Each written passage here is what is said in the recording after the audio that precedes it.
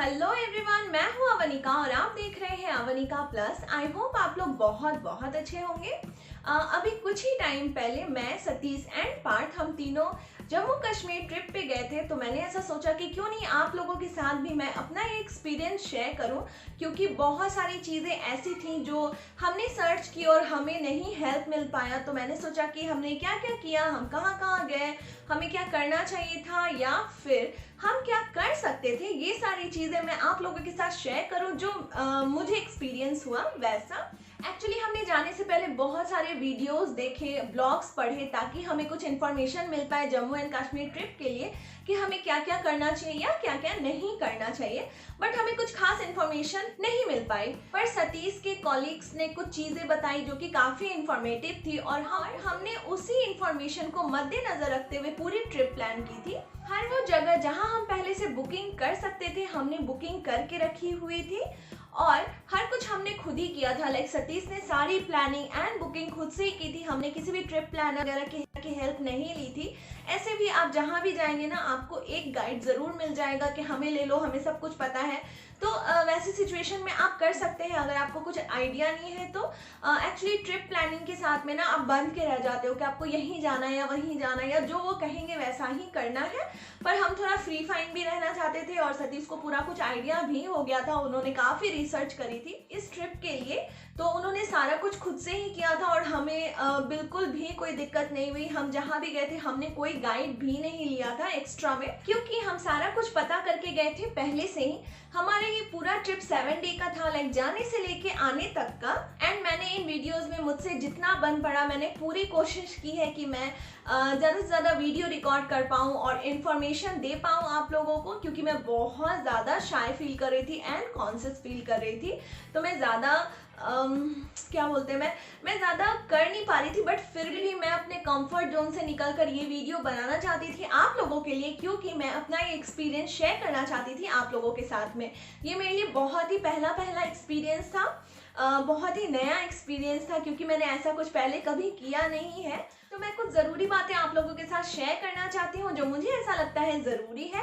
इसे आप टिप्स के तौर पे भी ले सकते हैं। और अगर आप वीडियो लास्ट तक देखेंगे तो आपको बहुत सारी ऐसी छोटी छोटी इन्फॉर्मेटिव बातें आपको मिल जाएंगी जो कि हो सकता है कि आप लोगों के लिए वो काम आ जाए। क्योंकि हम जब वीडियोस देख रहे थे और ब्लॉग्स पढ़ रहे थे तो हमारे काम का तो हमें कुछ मिला नहीं। बट मैं अपना एक्सपीरियंस इसीलिए शेयर करना चाहती हूँ ताकि अगर वो छोटी सी कोई एक इन्फॉर्मेशन आपके हेल्प आ जाए तो मुझे बहुत अच्छा लगेगा। इसी वीडियो में नहीं, इनफैक्ट इस सीरीज में आने वाली हर वीडियो में ही अगर आप पूरी वीडियो देखेंगे तो आपको कुछ ना कुछ ऐसी बातें ज़रूर मिल जाएंगी जो केवल जम्मू कश्मीर ट्रिप ही नहीं, आगे आप किसी भी ट्रिप प्लान करें तो आपके लिए हेल्पफुल साबित हो सकती हैं। हम रांची से 14 सितंबर को निकले थे और उसको मैं फर्स्ट डे मान के चल रही हूँ। तो हमने सर्च करने के टाइम पर ही काफ़ी पढ़ा था। तो वहाँ कहीं एक जगह लिखा हुआ था कि किस मौसम में आपको किस तरह के कपड़े पहन के जाने चाहिए। तो वो सारा कुछ हमने पढ़ा, तो उसके हिसाब से हम अगर सितंबर में जा रहे थे तो हमें एक अच्छी ठंड में पहनने वाली स्वेटर ज़रूर रखनी चाहिए थी। और जो हम रख कर भी लेकर गए थे, लाइक मैंने तीनों के लिए एक एक स्वेटर रखी थी, वो भी अच्छी ठंडी में पहनने वाली, और ऊपर से एक एक जीन्स का जैकेट भी रखा था ताकि अगर हम उससे लेयरिंग कर सकें अगर ठंड थोड़ी ज़्यादा हो, या फिर मेरे दिमाग में ये भी था कि अगर ठंड कम भी हो तो हम जीन्स के जैकेट से काम चला सकते हैं। तो जस्ट इसीलिए। पर आप यकीन मानिए हमें कहीं भी स्वेटर पहनने की ज़रूरत नहीं पड़ी, बिल्कुल भी नहीं। हम बेकार मतलब से वो स्वेटर ढो रहे थे। तो इसीलिए किसी भी कही सुनी बात पे आप विश्वास नहीं करिए, आप अपना रिसर्च करिए कि हमें जाने के लिए क्या करना और क्या नहीं करना है, और उसी के हिसाब से आप अपनी ट्रिप की प्लानिंग करिए। या तो वो गुलमार्ग का सेकंड फेज़ क्यों नहीं हो जो काफ़ी ऊपर जाकर था और वहाँ पे ठंड भी थी, या फिर पहलगाम की शाम ही क्यों नहीं हो। हमें मतलब ऐसा बिल्कुल भी नहीं लगा कि हमें इतनी ठंड लग रही है कि एक स्वेटर भी डालना चाहिए। इनफैक्ट पार्थ को भी मैंने जैकेट ही पहनाया हुआ था, उसे 1-2 लेयरिंग मैंने करी हुई थी स्वेट शर्ट की, हाई नेक टी शर्ट की और टी शर्ट की, बट स्वेटर जैसा नहीं लगा मुझे कहीं भी। अच्छा, वहाँ कुछ इस तरीके की गर्मी लगेगी ना आपको, जैसे अगर आपके ऊपर डायरेक्ट धूप पड़ रही है तो आपको एकदम से गर्मी लगने लगती है, और अगर धूप आपके ऊपर से हट गई तो आपको थोड़ी सी ठंडक का एहसास होने लगता है। तो जस्ट तो उस केस में जीन्स का जैकेट आपके लिए एनफ होगा अगर आप रख के ले जा रहे हैं। लाइक एक जो ओरिजिनल जीन्स का थोड़ा हैवी समर जैकेट होता है ना, उस तरह का जैकेट अगर आप रख के ले जा रहे हैं तो आपके लिए और आपके बच्चे के लिए वो एनफ है।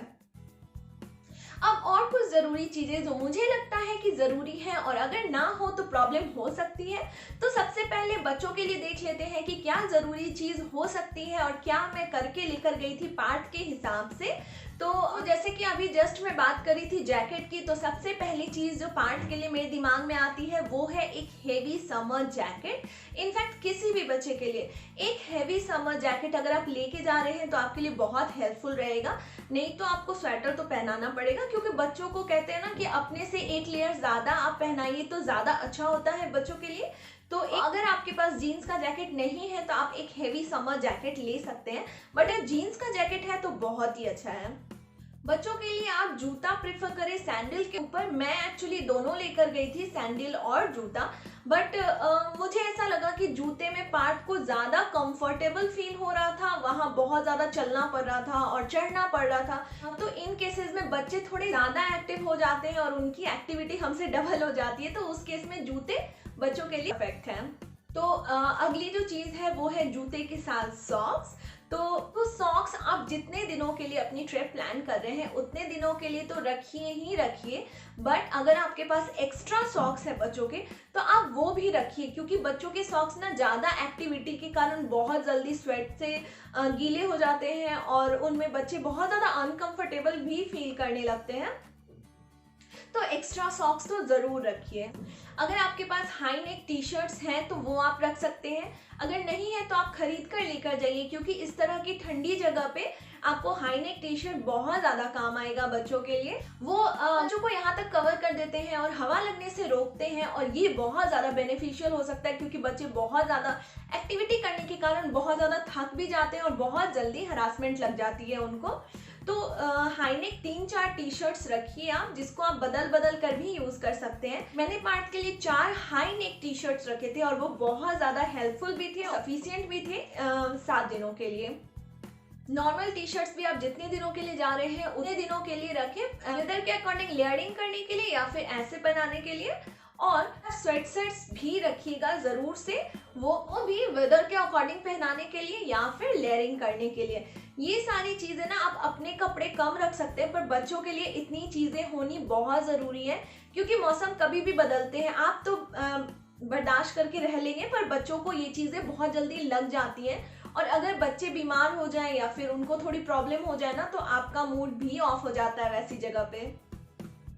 अब मैं जो बताने जा रही हूँ वो है कुछ दवाइयाँ जो कि मैं लेकर गई थी पार्ट के लिए, और ये होना बहुत ज़रूरी है, क्योंकि जिस वक्त आपको एकदम से ज़रूरत पड़ती है ना, उस वक्त अगर आपके पास नहीं हो तो आपको ढूंढने में वो थोड़ी जो लेट होती है, उसके चक्कर में बच्चे और ज़्यादा बीमार पड़ सकते हैं। तो जिसमें सबसे पहली दवा जो मैं करके लेके गई थी वो है बुखार, बेचैनी और हरासमेंट की दवा। ये तीनों जो चीज़ें मैं बोल रही हूँ इनकी अलग अलग भी दवाएं आती हैं, बट एक पर्टिकुलर दवा भी आती है जो मैं रख कर लेकर गई थी। एक्चुअली एक इंस्टेंट भी मैं इसके साथ में बताना चाहूँगी जो जुड़ा हुआ है कि मैंने दवा रखी तो उससे मुझे कितनी हेल्प हुई। एक्चुअली जिस दिन हम लोग श्रीनगर लोकल घूम रहे थे, पार्ट को काफ़ी ज़्यादा हरासमेंट लग गई थी, और उसका कारण था कि समय पे खाना नहीं खा पाना, समय पे नींद नहीं ले पाना। एक्चुअली जिस समय बच्चे भूखे हों, ज़रूरी नहीं है कि आपके पास एकदम से आपके बगल में रेस्टोरेंट मिल जाए और आप उसको खिला दो। ऐसी जगहों पे जब आप घूमने जाते हैं तो काफ़ी दूर दूर पे रेस्टोरेंट्स या होटल्स वगैरह होते हैं, तो वैसे सिचुएशन में थोड़े बच्चे परेशान करते हैं, और जस्ट पार्ट को वही हरासमेंट लग गया था। वो बहुत ज़्यादा एक्टिविटी तो कर रहा था, बट उसके अकॉर्डिंग उसको खाने के लिए नहीं मिल पा रहा था, और इस सिचुएशन में वो थोड़ा सा ज़्यादा परेशान हो गया था। जब हम होटल आए वापस तो वो एकदम से बेचैन काइंड ऑफ करने लग गया था, तो मेरे पास चूंकि दवा थी तो मैंने झट से उसको पिला दी, और कल होकर के ना वो एकदम रिलीफ फील करने लग गया। लाइक वो बहुत, मतलब जैसे वो नॉर्मल होता है ना, वो वैसा हो गया था। तो इसीलिए मैं कह रही हूँ कि बच्चों की दवाएं होना बहुत ज़रूरी है। आप ऐसे लाइक जब ज़रूरत पड़ेगी तो देख लेंगे टाइप से नहीं करके रख सकते। दूसरी है वोमिटिंग की दवा, ये भी होना बहुत ज़रूरी है, क्योंकि जब हम पहाड़ी जगहों पे जाते हैं तो जिनको वोमिटिंग की प्रॉब्लम नहीं होती है जिन बच्चों को, उनको भी आ जाती है, और प्लस जैसे जब हम कहीं घूमने जाते हैं ना, तो ऐसे होटल से ब्रेकफास्ट वगैरह करके निकलते हैं, तो हम जस्ट गाड़ी में चलते हैं और फिर चलते चले जाते हैं, तो वैसे सिचुएशन में ना बच्चों को वो थोड़ा सा ऐसे भारी भारी सा हो जाता है, और जहाँ कहीं भी उनको थोड़ी सी भी प्रॉब्लम हुई ना, वो सारा कुछ बाहर निकाल देते हैं। तो इसीलिए मैं वोमिटिंग की दवा एकदम से रख के लेके गई थी। और जब पार्थ को हरासमेंट लग गई थी, तो मुझे ऐसा लगा कि आगे के लिए भी उसको दिक्कत हो सकती है थोड़ी बहुत, तो इसीलिए मैं उसको वोमिटिंग की दवा पिला कर ही होटल से निकलती थी। घूमने जाना था हमें जहाँ पर भी, तो इससे मुझे बहुत ज़्यादा हेल्प मिली। इनफैक्ट मैंने खुद के लिए भी वोमिटिंग की दवा रखी थी, मुझे थोड़ी प्रॉब्लम है वोमिटिंग की, तो वोमिटिंग की दवा होना बहुत ज़रूरी है। किसी भी तरह की एलर्जी के लिए एंटी एलर्जिक भी होना बहुत ज़रूरी है, क्योंकि हम अगले 7 दिनों के लिए बिल्कुल ही अलग रूटीन में, एक अलग इन्वायरमेंट में और बिल्कुल ही घर के खाने से दूर रहने वाले थे। तो इसीलिए मैंने एंटी एलर्जिक भी रखा था, क्योंकि आपको आइडिया नहीं होता है ना कि किस खाने में कौन सी ऐसी एक छोटी सी चीज़ डली हुई है जिसके कारण एलर्जी हो सकती है। तो उस सिचुएशन में मैंने एंटी एलर्जी की दवा रखी थी कि मुझे कोई ऐसी परेशानी नहीं हो। हालांकि ऐसा कुछ हुआ नहीं, बट स्टिल मैं रख कर लेकर गई थी, और आपको भी रख कर लेकर जानी चाहिए।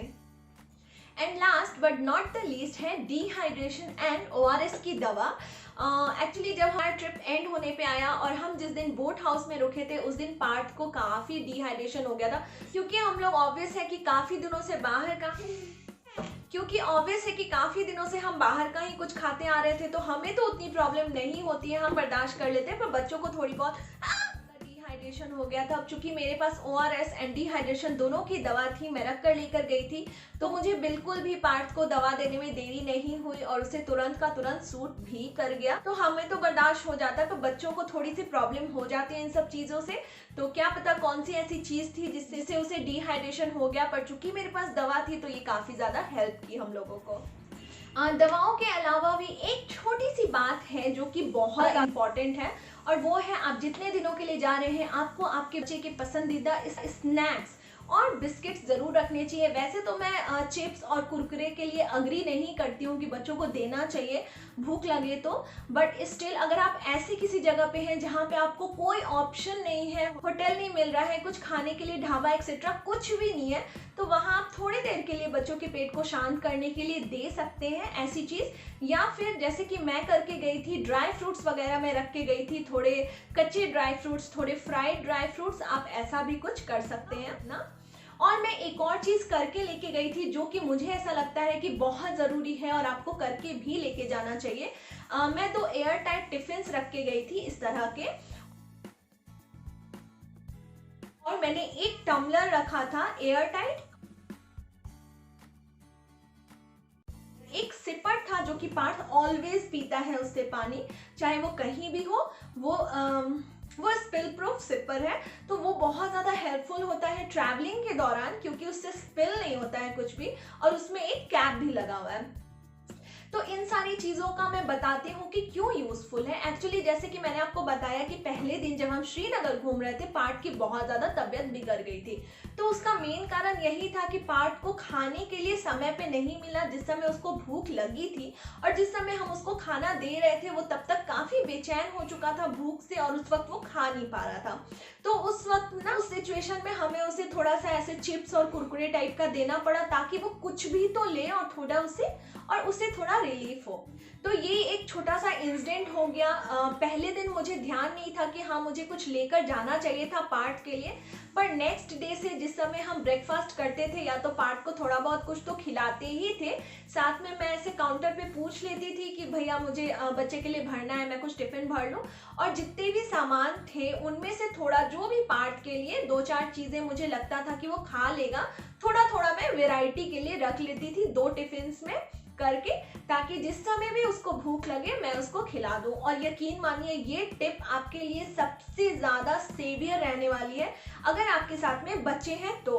और जो मैं टम्बलर की बात कर रही हूँ, जो इस तरह का एक एयर टाइट टम्बलर मैं लेकर गई थी, तो इसमें वहाँ जो भी जूस अवेलेबल होता था मैं वो भर लेती थी, जो भी बहुत हेल्पफुल था। लाइक जिस समय भी आपको ऐसा लगे कि थोड़ा बहुत उसे ज़रूरत है, आप उस वक्त थोड़ा सा जूस उसको पिला सकते हैं, थोड़ा कुछ स्नैक्स खिला सकते हैं, जो एक परफेक्ट कॉम्बो है बच्चे की भूख को शांत करने के लिए, जूस एंड सम फूड। और इन सब को रखने के लिए जो मैंने बताया कि मैं एक बैग कैरी कैरी करती थी। जितने भी दिन हम घूम रहे थे एक बैकपैक हमारे पास में था, तो उस तरीके का आप कोई भी एक बैग रखिए जिसमें आ जाने लायक 2 टिफिन या एक भी एयरटाइट टिफिन आप रख सकते हैं, वो और टम्बलर एंड सिपर या फिर कोई एक भी बॉटल आप रखिए जो कि आपके बहुत ज़्यादा काम आने वाला है। और वो बैग भी हमारे बहुत ज़्यादा काम आ रहा था क्योंकि हमारे पास जितना कुछ एक्स्ट्रा स्टफ होता था ना उसमें भर के लेके जाते थे, तो ये बहुत ज़्यादा यूजफुल रहा हमारे लिए। या फिर अगर आपके पास टिफिन नहीं है तो अगर आपके पास बच्चों के वो होते हैं ना मिल्क पाउडर के लिए जो छोटे छोटे कंटेनर्स होते हैं जिनमें भर के आप ट्रैवलिंग के लिए या फिर कहीं मार्केट वगैरह जा रहे हैं तो उसके लिए रखते हैं, आप उस तरह का अगर जैसा मैं स्क्रीन पे दिखा रही हूँ इस तरह का भी अगर आपके पास कोई डब्बा है जिसको आप सिंगल यूज कर सकते हैं या डबल में या फिर पूरे तीनों खंड के साथ यूज कर सकते हैं, तो वैसे डब्बे भी आपके लिए बहुत हेल्पफुल हो सकते हैं। तो एंड एक और चीज़ है जो हम मिस कर सकते हैं बट हमें नहीं करना चाहिए और वो है बच्चों के लिए सनस्क्रीन। जैसा कि मैंने पहले आप लोगों को बताया है कि धूप एकदम से आपके ऊपर पड़ती है और अचानक से एकदम लगता है गर्मी का एहसास होने लगा, तो जस्ट उसी के कारण आपको बच्चों के लिए भी सनस्क्रीन लेके जाना चाहिए क्योंकि वो बहुत इफेक्ट डालता है बच्चों की त्वचा के ऊपर, तो इसलिए सनस्क्रीन भी रखना बहुत ज़्यादा ज़रूरी है। और अब कुछ ऐसी बातें जो कि बड़ों के लिए ज़रूरी है ऐसा मुझे लगता है और जो मैं करके लेकर गई थी, तो जिसमें सबसे पहली चीज़ तो आती है जूते, क्योंकि मुझे उसके लिए बहुत दिक्कत हुई थी, इसीलिए मैं ये भी ऐड करना चाहती हूँ इसमें।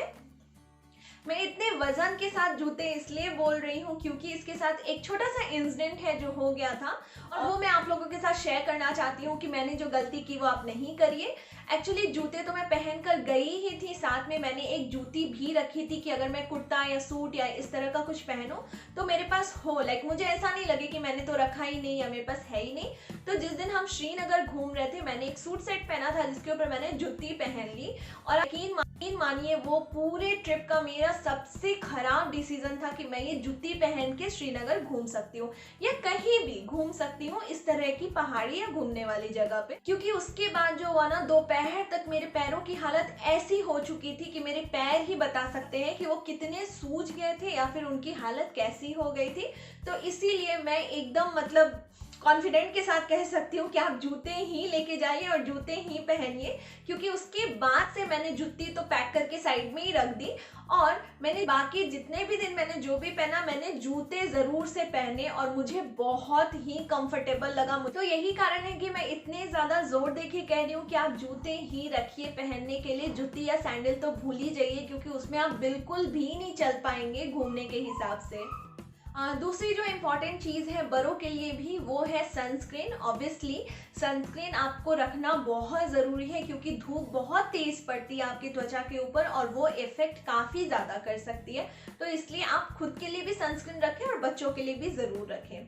तीसरी जो इम्पॉर्टेंट चीज़ है वो है बहुत ज़रूरी है और वो है पॉली बैग या फिर जूट बैग या झोले जो हमारे यहाँ पे बोलते हैं। तो मैं बहुत सारे झोले रख के लेकर गई थी और बहुत सारी चीज़ों को ध्यान में रख के मैंने उसी हिसाब से झोले रखे थे, लाइक अपने पार्ट के एंड सतीश के उतरे हुए कपड़े रखने के लिए अलग से झोले रखे थे, या फिर जो मैं एक बैग है जिसको लेकर हम मतलब जहाँ भी जा रहे थे हम घूमने के लिए जा रहे थे, उसमें मैंने 2-3 झोले तो ऐसे ही रखे हुए थे कि वो सपोज अगर हम कहीं शॉपिंग करते हैं या कुछ लेते हैं या फिर जैकेट वगैरह अगर हम उतार के रखते हैं तो हमें ऐसा नहीं कि झोला ढूंढना पड़े कि किस चीज़ में रखें, वैसा नहीं हो जाए उसके लिए। और एक और कारण था कि जिसके लिए मैंने ढेर सारे झोले रखे थे वो है कि मैं एक ही मीडियम साइज का बैग लेके गई थी और 2 बैकपैक्स थे हमारे पास जिसमें कि हम तीनों सारे ही सामान रखे हुए थे और वो भरे हुए थे। तो हमारे पास इतनी जगह नहीं थी कि अगर हम कुछ लेते हैं या कुछ शॉपिंग वगैरह करते हैं वहाँ से तो हम उसमें एक्स्ट्रा कुछ हटा कर रख सकें, अब बस हटते कि उसको ठूस कर ना हटाया जाए। तो उसके लिए भी मैं झोले रख के लेके गई थी कि अगर हमें लौटते वक्त कुछ एक्स्ट्रा रखना हो तो झोलों में आ जाए। एक थर्मो स्टील बॉटल भी आपको रख के लेके जाना चाहिए अगर आप इस तरह की ठंडी जगह पे जा रहे हैं तो, या फिर वैसे भी अगर आप गर्म जगह पे भी जा रहे हैं तो उस थर्मो स्टील में आप ठंडा पानी भर के रख सकते हैं उसके लिए भी होना चाहिए। पर इस केस में मैं गर्म पानी के लिए लेकर गई थी और ये बहुत ज़्यादा ज़रूरी है क्योंकि पानी तुरंत ठंडा हो जाता है आपका कोई भी नॉर्मल से बॉटल में हो तो। और पार्थ को जब भी मैं पानी देती थी तो थोड़ा सा मैं गर्म पानी मिलाकर उसको तब फिर मैं उसको देती थी ताकि वो पानी थोड़ा नॉर्मल हो जाए। और ये भी एक चीज़ है जिससे कि आप थोड़ा सा ठंडी से बचा के रख सकते हैं, नहीं तो वो भी खराबी कर सकती है बच्चों के लिए। बच्चों की दवाई के लिए तो मैंने बहुत सारी चीज़ें बताई आप लोगों को, पर खुद की दवा के लिए भी होना चाहिए जो आप रेगुलर यूज़ करते हैं दवाएं, जैसे सर दर्द, पेट दर्द, बदन दर्द, वोमिटिंग के लिए, एंटी एलर्जिक एक्सेट्रा एक्सेट्रा, जो भी दवाएं आप इस किसी केस में यूज़ करते हैं वो आप रख कर ज़रूर से लेके जाइए क्योंकि बहुत परेशानी होगी जब आपको अचानक से ज़रूरत पड़े और आप कहीं और ढूंढने जाएं। तो ऐसी जगहों पे ना कभी कभी होता है कि जो दवाएं आप खाते हैं वो दवाएं नहीं मिले या फिर मिले ही नहीं, तो उस केस में आपके पास दवा होना बहुत ज़रूरी है। मैं एक दो दवा और रख के लेकर गई थी जिसको मैं अलग से मेंशन करना चाहती हूँ क्योंकि अगर आपको मेरे जैसी कोई प्रॉब्लम है तो हो सकता है कि ये टिप आपके लिए काफ़ी हेल्पफुल रहे।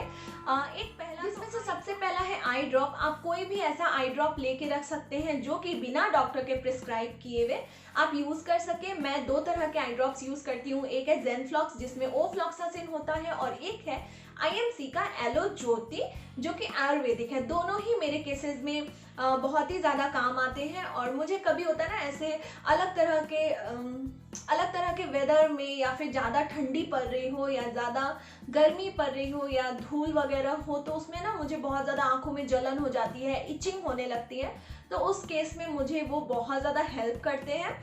और दूसरी है ब्रेथलेसनेस की दवा। मुझे एक बार बहुत पहले डॉक्टर ने फॉराकॉट इनहेलर करके प्रिस्क्राइब किया था, तो अब तो मुझे वो वैसी प्रॉब्लम नहीं है और मैं उसको रेगुलर यूज़ नहीं करती। पर अगर मैं इस तरह की जगहों पे जा रही हूँ जहाँ पे बहुत ज़्यादा चलना पड़ता है या चढ़ाई होती है, चढ़ना पड़ता है, तो मैं वैसी जगहों पे वो दवा ज़रूर मैं अपने पर्स में पास में रखती हूँ ताकि मुझे अगर ऐसा कुछ हो ब्रेथलेसनेस काइंड ऑफ, मुझे थोड़ा सा रिलीफ हो जाए। तो उस केस में वो दवा ना लाइफ सेवर की तरह काम करती है। तो अगर आपको भी थोड़ा ब्रेथलेसनेस की प्रॉब्लम है तो आपके डॉक्टर से आप बात कर सकते हैं या फिर कोई ऐसी दवा जो आपको डॉक्टर ने कभी बताई थी वो आप यूज़ कर सकते हैं इस केस में। ये तो हो गई दवाई की बातें। अब आपको वो चीज़ बिल्कुल ही नहीं रख कर लेकर जानी है जो कि आपको ऐसा लगता है कि वो इस्तेमाल आ सकती है पर हो सकता है कि वो नहीं भी आए। और जो मेकअप आइटम्स आप रखने वाली हैं वो भी अगर आपको लगता है कि आप यूज़ शायद करें तो वो चीज़ें आप ना ही रखें तो अच्छा है। उसके लिए बिग नो नो है क्योंकि वो आपके लगेज का केवल वेट बढ़ाने वाली है और कुछ करने वाली हैं, तो वैसी चीज़ें ना रखें। जैसे कि मैंने आपको पहले बताया कि सारी बुकिंग एंड प्लानिंग हमने पहले से की हुई थी, तो मुझे पता था कि हम कहाँ कहाँ जाने वाले हैं, कब कब जाने वाले हैं। तो उस हिसाब से मैंने डे बाय डे की पैकिंग की हुई थी कपड़ों की कि लाइक मुझे ये पहनना है या फिर सतीश को ये पहनना है या पार्थ को ये पहनना है। हमने सारा कुछ पहले से ही प्लान किया हुआ था, तो उस तरह से आप डे बाय डे के हिसाब से अपनी प्लानिंग कर सकते हैं और कपड़े उस तरह से करके रख सकते हैं ताकि आपको एकदम से जिस समय पहनना हो उस समय खोजना नहीं पड़े या फिर ऊपर नीचे करना नहीं पड़े सामान। उससे आपका काफ़ी ज़्यादा टाइम बचेगा और सामान भी बिखरेगा नहीं।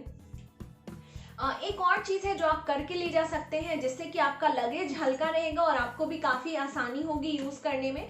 आजकल मार्केट में बहुत सारे like shampoo, face wash, body lotion और टूथपेस्ट एक्सेट्रा के छोटे छोटे ट्यूब्स और बॉटल्स मिल जाते हैं, वो आप कैरी कर सकते हैं। वो काफ़ी ज़्यादा ट्रैवल फ्रेंडली होते हैं। इनके छोटे छोटे बॉटल्स इजीली आपके छोटे से स्पेस में फिट हो जाते हैं। वो ज़्यादा जगह भी नहीं खाते हैं और वजन भी नहीं बढ़ाते हैं।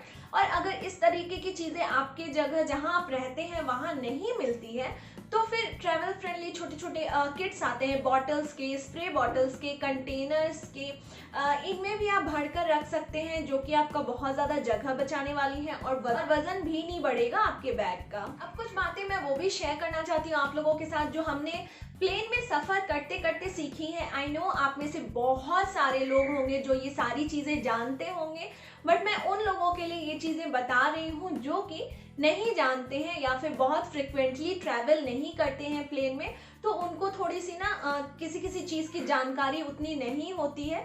तो मैंने जो इस ट्रिप में सीखा है मैं वही शेयर कर रही हूँ। तो एक सबसे इम्पॉर्टेंट चीज़ है पानी का बॉटल। जो और कुछ हम लेके जाए नहीं जाए, पानी का बॉटल हमें ज़रूरी होता है, चाहिए ही होता है।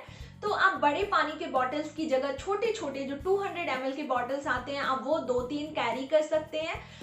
वैसे तो प्लेन में 100 ml के बॉटल्स ही अलाउ होते हैं, बट अगर आप वैसे 2-3 बॉटल रख लेते हैं तो आप उनको रिफिल करके भी यूज़ कर सकते हैं और उसके लिए वो अलाउ भी कर देते हैं, कोई बहुत बड़ी प्रॉब्लम नहीं आती है। एक और छोटी सी चीज़ है जो कि है स्प्रे बॉटल। हमने सैनिटाइजर में जेल वाला सैनिटाइजर रखा था, मेरे पास छोटे छोटे 3-4 बॉटल्स थे तो मैंने वो सारे ही रख लिए थे, पर 1-2 भी हो तो आपके पास उससे आपका काम चल जाएगा। पर कोशिश करिए कि स्प्रे वाला बॉटल नहीं रखें, जेल वाले फॉर्म में ही सैनिटाइजर को रखें, क्योंकि मुझे जहाँ तक लगता है स्प्रे बॉटल्स अलाउ नहीं करते हैं। केबिन बैग में आप मेटल की चीज़ें जो भी रखें वो आप एक जगह पर ही रखें, इससे आपका काफ़ी ज़्यादा टाइम सेव होगा और तुरंत में ही आपकी चेकिंग भी हो जाएगी। एक्चुअली ये इसके साथ भी एक इंसिडेंट जुड़ा हुआ है जो हमारे साथ हुआ। एक मेटल का पेन ड्राइव था जो कि मैं रख कर लेकर गई थी वीडियोस वगैरह उसमें ट्रांसफ़र करने के लिए, तो वो मुझे ध्यान नहीं था कि उसकी मेटल बॉडी है और उसके कारण हमें 2 बार लाइन में लगना पड़ा। तब जाके पता चला कि अच्छा वो पेन ड्राइव था जिसके कारण प्रॉब्लम हो रही थी चेकिंग में। और कोई एक जन थे जिनको एक कॉइन के कारण 3-4 राउंड लगाने पड़े थे क्योंकि उनको मिल नहीं रहा था वो, और इस कारण से टाइम भी बहुत ज़्यादा लॉस होता है। वो तो शुक्र था कि हमारी डायरेक्ट एंट्री थी प्लेन के अंदर, वरना हम लेट हो जाते तो हो सकता था कि हमारी प्लेन भी छूट जाए। तो ये छोटी छोटी सी चीज़ें हैं ना जिनके कारण काफ़ी फ़र्क पड़ता है, क्योंकि वो तो बिना क्लियर हुए जाने तो देंगे नहीं। आप कितनी भी रिक्वेस्ट करते रह जाओ कि कुछ नहीं है हमारे पास वैसा, पर फिर भी वो अलाउ नहीं करते हैं। एक और चीज़ है कि आप अपनी जितनी भी इलेक्ट्रॉनिक चीज़ें हैं, लाइक अगर पावर बैंक आप रख रहे हैं तो वो चेक इन बैग में तो जाएगा नहीं, उसको आप केबिन बैग में ही रख कर लेकर जाइएगा। और जो भी आप इलेक्ट्रॉनिक आइटम केबिन बैग में रख रहे हैं, लाइक हेयर स्ट्रेटनर हो गया या charger, power bank, extra charging wire या कुछ भी ईयरफोन वगैरह ऐसा, तो वो आप एक अलग से पाउच में ही करके लेके जाइए, जिससे कि अगर आपको चेकिंग करानी हो तो आप सारा एक बार में निकाल के रख दीजिए। वो आपके लिए बहुत हेल्पफुल रहेगा और टाइम सेविंग भी रहेगा। यहाँ मैं बच्चे वालों के लिए एक चीज़ ऐड करना चाहूँगी कि अगर आपके साथ में कोई छोटा बच्चा है तो वो थोड़ा बहुत क्या जूस, पानी, गर्म पानी, खाना वगैरह अलाउ कर देते हैं, क्योंकि मैं पार्ट के लिए ऑलवेज साथ में खाना रखती हूँ। मैंने लिक्विड में तो जितना मेंशन किया हुआ था उतना ही रखा था, बट खाना मैं एक्स्ट्रा और अलग से रखती हूँ पार्ट के लिए। तो उसके लिए उन्होंने देखा कि अच्छा बच्चे के लिए है, पूछ के बस उतने पे ही उन्होंने अलाउ कर दिया। तो ये थोड़ी बहुत चीज़ें हैं जो वो अलाउ कर देते हैं बच्चों को देखकर, पर उसमें भी अगर पर थोड़ा बहुत ही, बहुत ज़्यादा के लिए वो बिल्कुल अलाउ नहीं करते, फिर आपकी सारी चीज़ें वो रखवा लेंगे। एक्चुअली हमने एक काम और किया था, जो अगर आपको घर का खाना पसंद है तो आप भी कर सकते हैं, कि हम दोपहर का खाना घर से ही लेकर गए थे।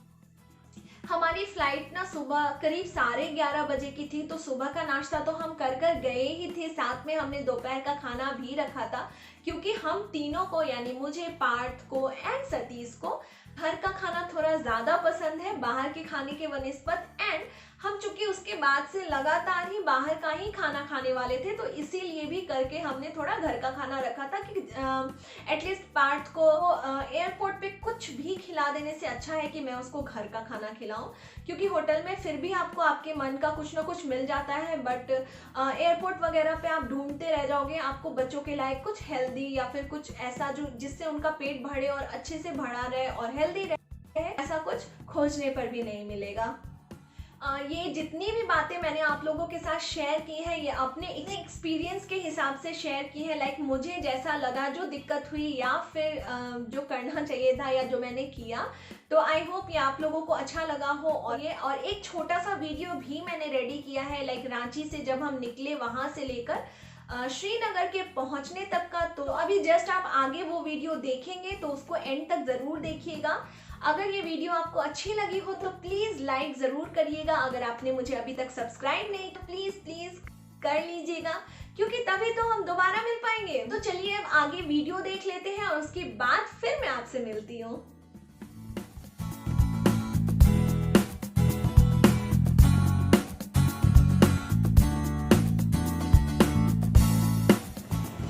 हेलो एवरीवन, हम रांची एयरपोर्ट पहुंच चुके हैं श्रीनगर जाने के लिए, और यहाँ से पहले हमें जाना है दिल्ली और वहाँ हमारा स्टे है कुछ टाइम का, और उसके बाद हम जाएंगे श्रीनगर। तो इसी तरह मैं आपको अपडेट करती रहूँगी कि हम कहाँ कहाँ और कैसे कैसे जा रहे हैं। तो यहाँ से हमारी 11:15 की फ़्लाइट है। तो अब हमें जाना है बोर्डिंग चेक के लिए, तो चलिए फिर चलते हैं।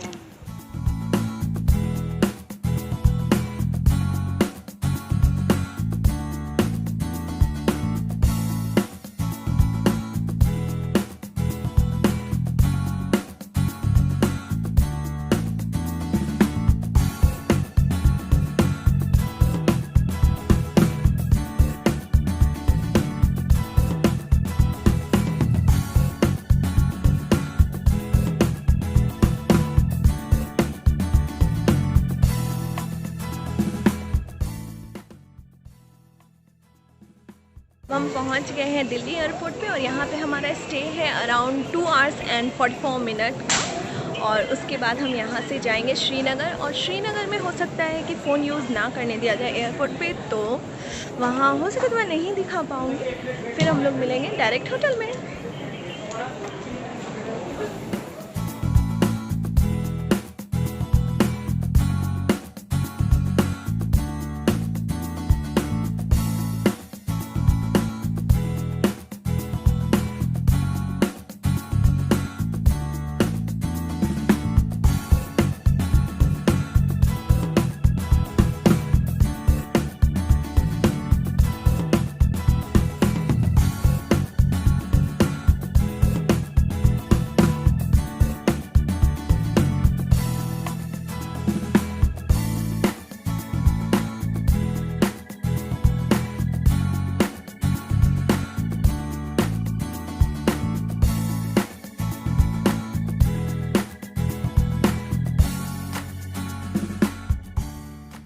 छोटी सी क्लिप आप लोगों को अच्छी लगी हो और ये पूरा वीडियो भी, और आपको कैसा लगा और मेरे साथ साथ आप अग्री करते हैं कि नहीं, या फिर मेरे एक्सपीरियंस से आपको हेल्प मिली या नहीं मिली, ये चीज़ आप मुझे कमेंट में करके ज़रूर मेरे साथ शेयर करिएगा।